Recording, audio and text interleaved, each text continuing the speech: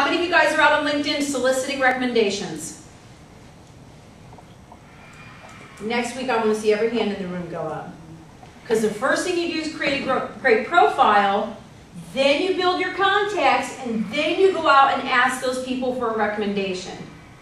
Because that's third-party credibility. That's somebody else building your reputation. So a couple different books I brought with me just to share with you guys. I don't know if you've seen this one, Me 2.0. It's all about branding. And you are now your brand. And what you do on LinkedIn and other social venues such as that is you build your brand by having those recommendations from people who have worked with you in the past or who can vouch for your character, your integrity, your work style, your dependability, and those kind of things.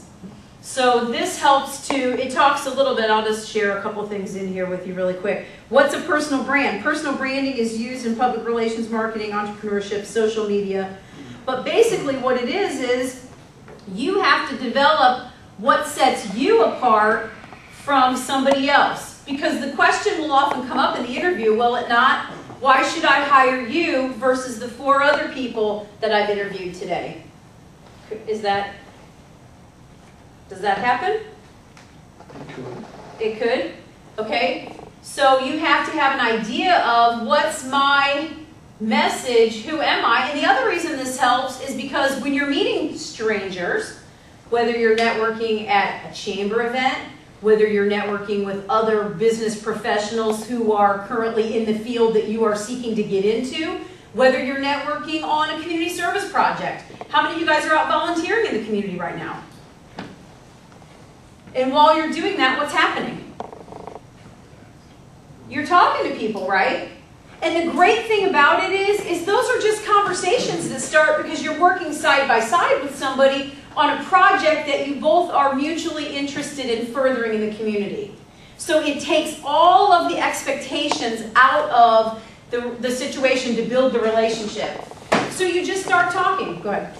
Gina, I found that if I want you to write me a recommendation, that if I offered, and you say yes, I'll do it, if I offer to write the draft, number one, it relieves you of the burden of having to do it. Secondly, it says what I want it to say.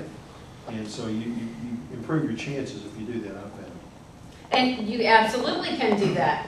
And certainly to Jeff's point, people are pretty busy, and if you're out soliciting recommendations and you don't get an answer from somebody in a couple of days, oftentimes they're busy, it's fallen off their radar screen, they forgot about it, and then you have to re-engage them in the conversation. Sometimes if I know somebody knows me well enough, I'll just send the request. Other times I will send the request first and say, are you comfortable writing a recommendation for my work as a trainer, writing a recommendation for my work as a speaker, whatever I'm asking them for. I want them to feel comfortable doing that and feeling like they know me well enough to give an honest assessment. And I want those things to sound genuine, you know, and from that person's actual experience in dealing with me. So you can certainly help the process along that way. Absolutely. So really quickly back to this. One of the things that will help when you meet people is they will ask you, so what do you do? And how do you answer that question? With your elevator speech. So you guys have a well-prepared elevator speech, correct? That you've practiced, that you've timed, that you've tried out on your spouse and the dog and your neighbors to make sure you're saying what you want to say.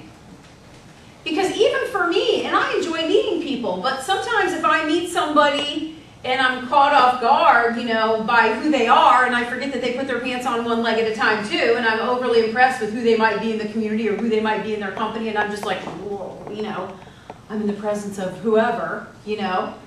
So being prepared, if you plan what you're going to say, if you prepare and you practice it, it helps. And it feels silly sometimes standing in front of the mirror. How many of you guys have ever been to Toastmasters? So I would encourage you to go and check it out. You can go on Toastmasters.org on the internet and find out. Toastmasters teaches people how to speak in public. And statistically, here's another statistic for you. We fear public speaking more than we fear death. And that is a statistical fact. We just are not comfortable with it. So when you're out looking for the information you need, if you have a well-prepared message, the other thing too that helps is when you meet meet somebody is to engage them by asking questions. I was listening to something the other day, some series of CDs, or reading something that said, if you must speak, ask a question. So it's kind of interesting because I think it was Dale Carnegie, you guys can correct me if I'm wrong, who said, you know, you can learn a lot more, get a lot more people, you know, move yourself along the social continuum by being interested in other people than you can by trying to get them interested in you. So what kind of questions do you ask? Have any of you been on some informational interviews?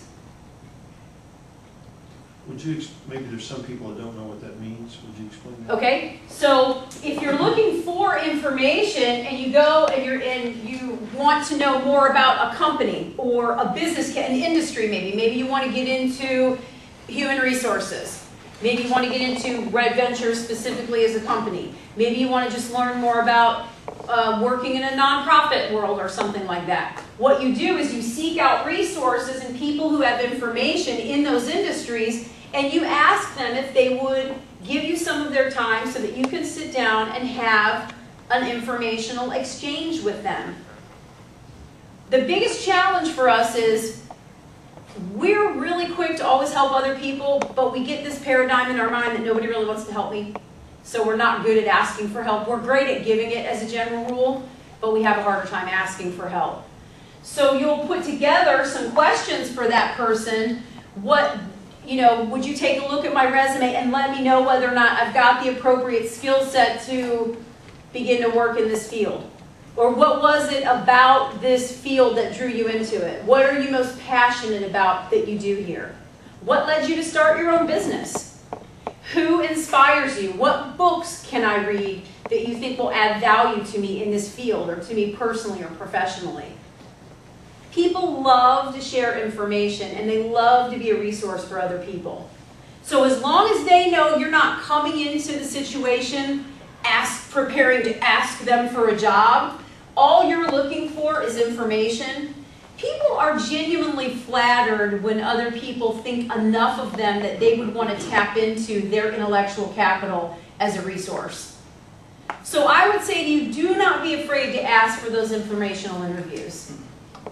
And when you're in the relationship building process, every relationship starts out and you just sort of have an idea of who the person is, but you begin to have an idea that you want to know them better. So how many of you guys have actually gone to a networking event in the last 90 days, let's say, with the specific purpose of making some new contacts? What happened? I went to Speed Network. I think it was great. You meet 60 people in 90 minutes. What was the organization? Chamber of Commerce, Charlotte Chamber of Commerce. And what did you do with the 60 business cards that you got after you left the meeting? I've got 2 files, after that meeting, and I have probably 4 out of the 60 that I've stayed in touch with. I mean, Okay. that was a kind of a business, trying to get more business, but there were job seekers there too, so yeah. And Pretty good hit rate, I mean, when you think about it, hour and a half. right, and to be able to meet that many people.